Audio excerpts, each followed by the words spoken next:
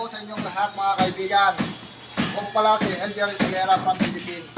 Kami po yung nag-assemble ng ganito chicken cage, layer cage.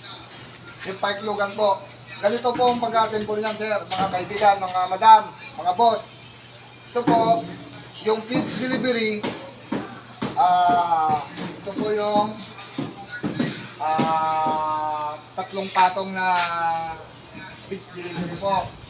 Isa, dalawa, tatlo. Ito po yung pinakauna. Ito po yung magkakalat ng feeds na punta roon sa dulo.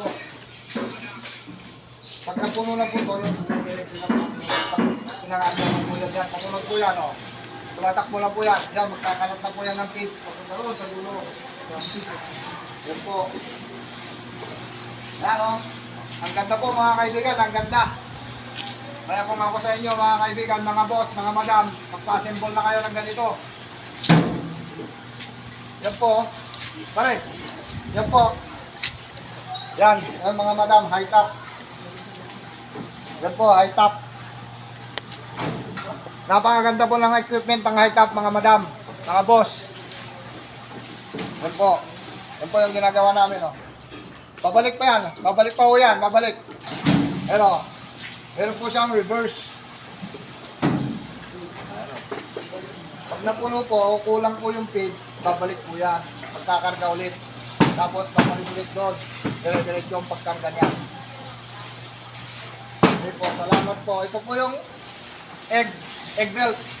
Pagka mag-harvest ka naman na po ng egg, ito na. Dire-diretso naman yung po po. Lalaglag ko yung egg nyo dito.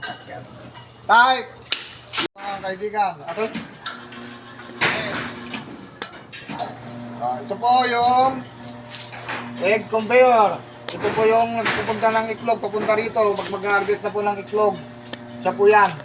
Yan, papunta po dito. Pababa. Babagsak po dyan. Papunta rito. Ito po yan. Yung pan na po yan. Yung belt niya. Ito po. Ito po siya. Papunta rito. Yan. Mga kaibigan, ito. Ito yung belt niya, papunta dyan. Tagalon.